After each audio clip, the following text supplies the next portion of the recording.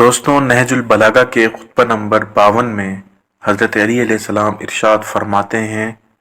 دنیا اپنا دامن سمیٹ رہی ہے اور اس نے اپنے رخصت ہونے کا اعلان کر دیا ہے۔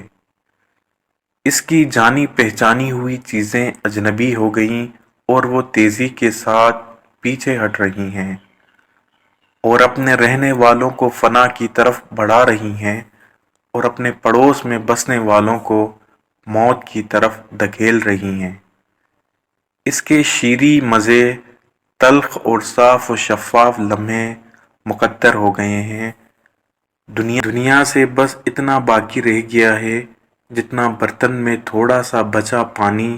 یا نپا تلا ہوا آب کے پیاسا اگر اسے پیے تو اس کی پیاس نہ بجھے۔ خدا کے بندوں، اس دار دنیا سے کہ جس کے رہنے والوں کے لیے زوال امر مسلم ہے، نکلنے کا تہیہ کرو۔ کہیں ایسا نہ ہو کہ آرزوئیں تم پر غالب آ جائیں اور اس چند روزہ زندگی کی مدت کو دراز سمجھ بیٹھو۔ خدا کی قسم، اگر تم ان اونٹنیوں کی طرح فریاد کرو جو اپنے بچوں کو کھو چکی ہوں، اور ان کبوتروں کی طرح نالہ و فغاں کرو جو اپنے ساتھیوں سے الگ ہو گئے ہوں، اور ان گوشہ نشین راہبوں کی طرح چیخو چلاؤ جو گھر بار چھوڑ چکے ہوں اور مال اور اولاد سے بھی اپنا ہاتھ اٹھا لو، اس غرض سے کہ تمہیں بارگاہ الہی میں تقرب حاصل ہو، درجے کی بلندی کے ساتھ اس کے یہاں، یا ان لوگوں کے معاف ہونے کے ساتھ جو صحیفہ اعمال میں درج اور کرامن کاتبین کو یاد ہیں۔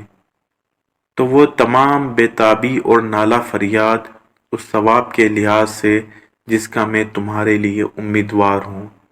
اور اس عقاب کے اعتبار سے جس کا مجھے تمہارے لیے خوف و اندیشہ ہے،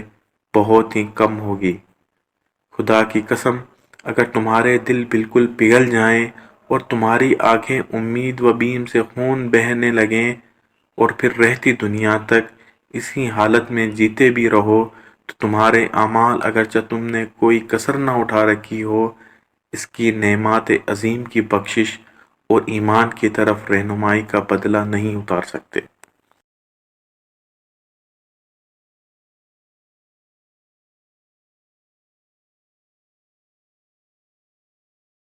مزید اس طرح کے انفارمیٹو ویڈیوز دیکھنے کے لیے ہمارے چینل کو سبسکرائب کریں اور بیل آئیکن کو پریس کریں۔ Thank you.